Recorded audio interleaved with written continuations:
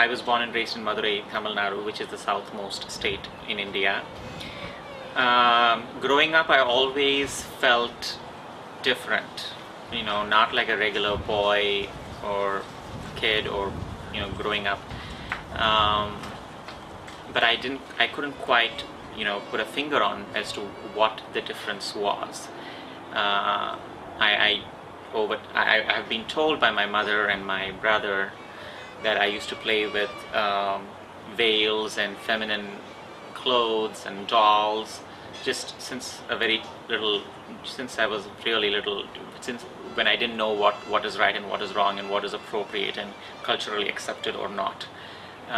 So initially it was kind of tolerated, but then after that my parents and my family became very strict about me not playing with dolls and doing all girly stuff. They needed me to become a man, which I kind of tried to do, and become like every straight boy man does. So basically I was always a little off. I always behaved differently, was different. I didn't go out and play with the boys. I was always a homebody at home, helping my mother cook and clean and helping her wear her sari. Since I was younger, I pretty much... Oh, you're still young. Yes, younger than I am. Since I was younger than I am, I always knew it that I was a boy. And people used to come up to my parents and say, "Oh, what a nice, beautiful daughter you have, and what a nice, beautiful son you have. You have both." Because my sister was, she's older, she's very feminine. And I passed as a guy till I started puberty. Always went to the boys section.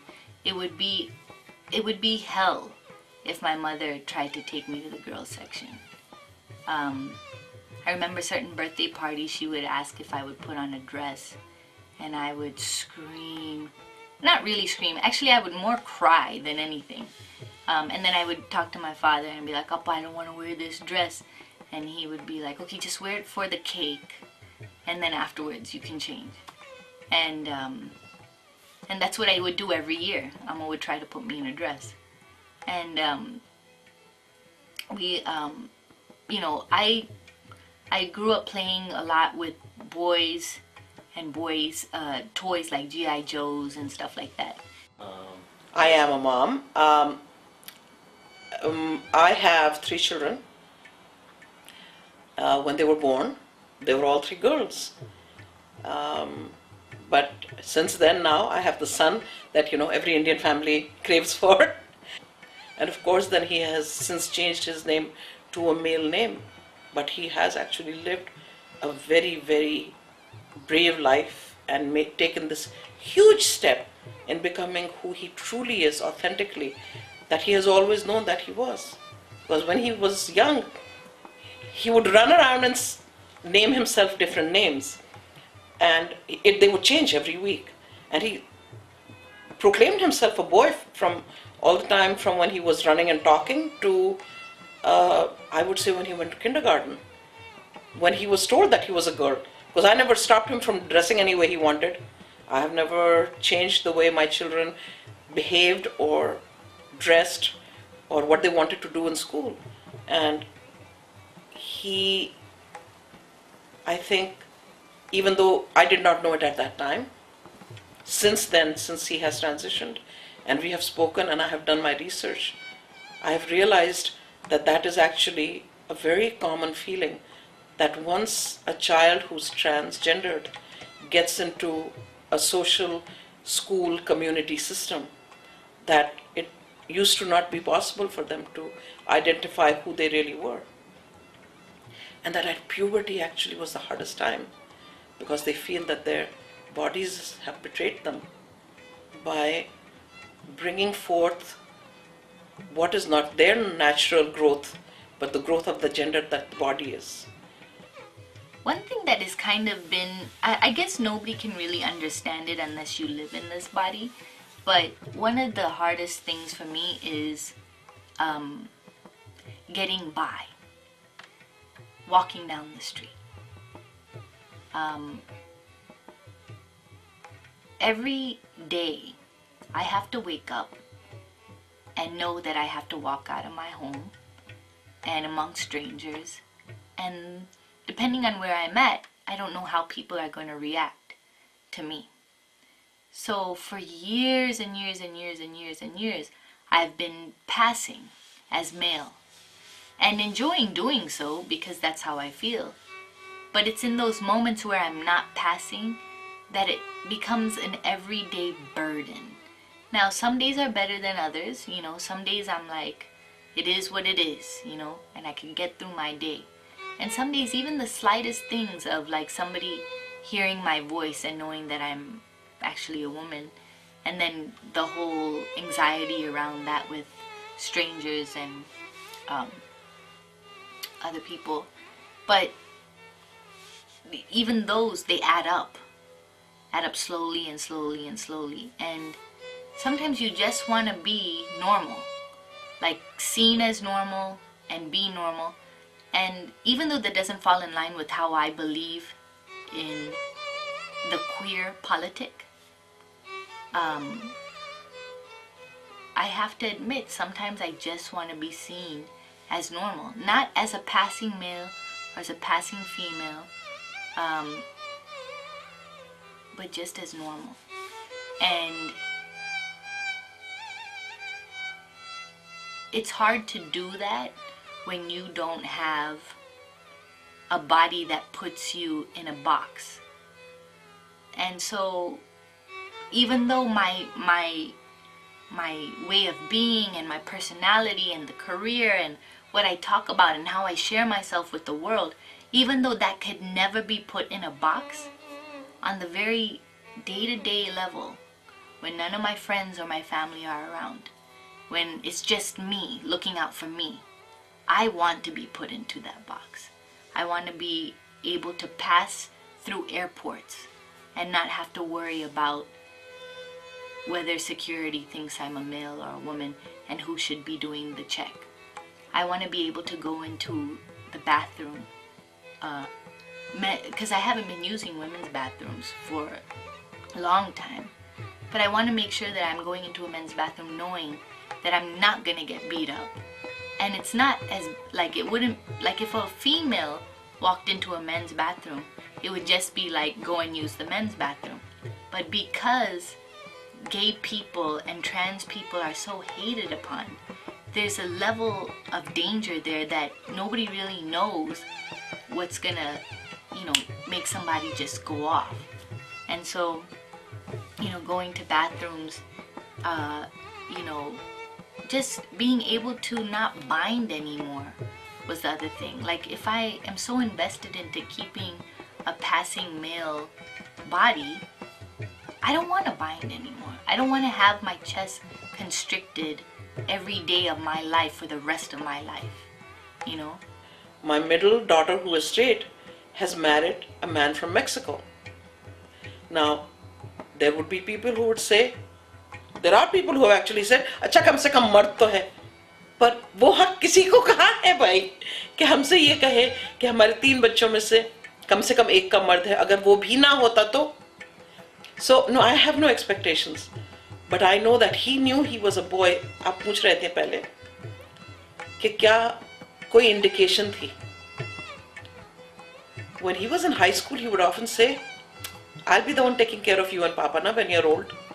But I had not realized that that was because he felt himself to be a man, and he had internalized that Indian understanding कि बेटा होने के नाते बुढ़े माँ बाप का ख्याल तो वही बेचारा करेगा.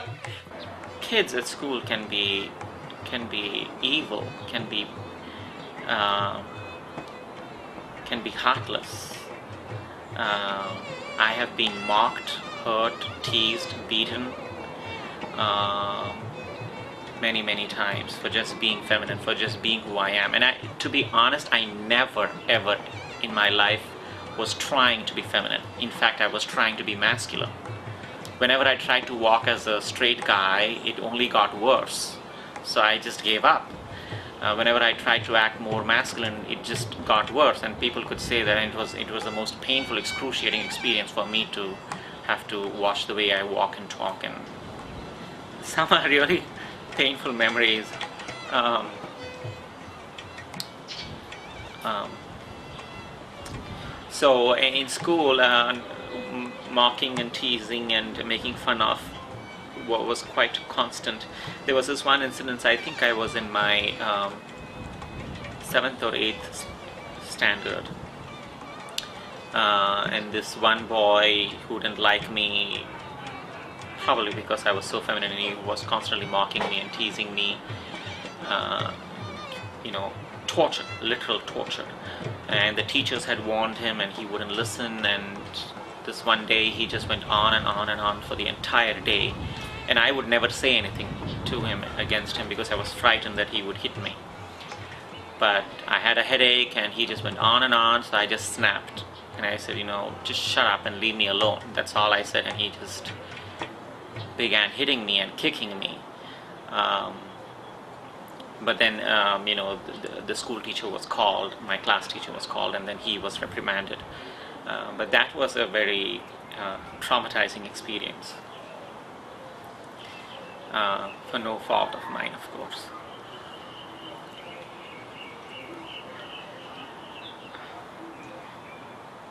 One summer, when he was interning, he was picked upon in the subway at night. And he didn't tell me about it till the next day, and I became very afraid for their safety, because Matthew Shepard had just happened, and that was a terrible thing. As a woman, as a mother, as a human being, I feel anybody who feels that they have a right to harm somebody else because they don't agree with what the other person's life is, it's a tremendous arrogance. It is a belief that you can be a god to somebody else. And so my worry was always for his safety. I feel like I have always been who I wanted to be, regardless of the transitioning or not. I know that that sounds like contradictory, but you're given a body. You have to make it work for you or not. If you can't make it work for you, you'll die. You will die. You will kill yourself, or you will allow for other people's energy to make you deteriorate. So I have been doing the best that I can in this body, and I feel like I speak on behalf of a lot of trans people when I say that we do the best that we can in whatever form we're in at the present. With having top surgery, I mean, like, quite honestly, I haven't even been able to feel the new body, because I'm still, like, there's a lot of, I'm in a binder. I'm 2 days post-surgery. But I know prior to the surgery, I told people, like, it's scary to go under the knife. I was so nervous, but nothing was going to stop me. Like, if it just took a snap and my breast would be gone, I would have opted for that a long time ago, I was running around the block and it just hit me. So, like, I could make a gorgeous woman. I think that's what's lacking. That's the missing link. That's why I'm miserable. That's my treatment, that's my healing, that's what my therapist has been, that's what everybody's trying to tell me. All along I've known the cure to my problem. It's to become a woman. That's the cure to my problem, and I'll be happy. And so I just decided to do the transition, and I've been in transition since 9 months, and I've never been happier. My mother doesn't know. We're going to keep this one on the hush as best we can until she finds out. Yeah. I know, that's the hard one. One time she asked me where my breasts had gone because I was binding. And she always asks me that. And she'll even be as bold as to, like, reach out and touch my chest. And the last time she did it actually was like less than a month ago. And I got so mad and I just, like, put her hand away. And then I remember one time I was just like, well, they're gone. I got them taken out. And she was like, no, you wouldn't do that. I'm like, yeah, I'm the gun. No, I know you wouldn't do that to my body. I'm like, your body is my body. It's like, no, it's mine. I made you. I'm like, oh, okay. But she would be devastated if she found out. I promised my father that I would tell her, but we have to not tell her for a while. There's a reason why I'm closer to my father than I am with my mother.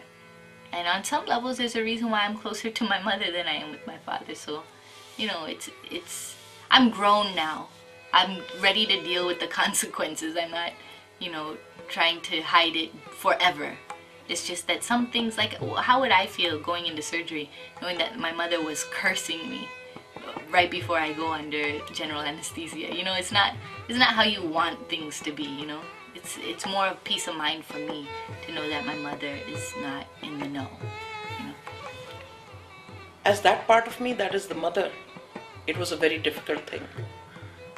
But as that part of me that has discovered that I also need to live my own authentic truth, it was very understandable, because I felt that of course he has every right to ask for what he needs.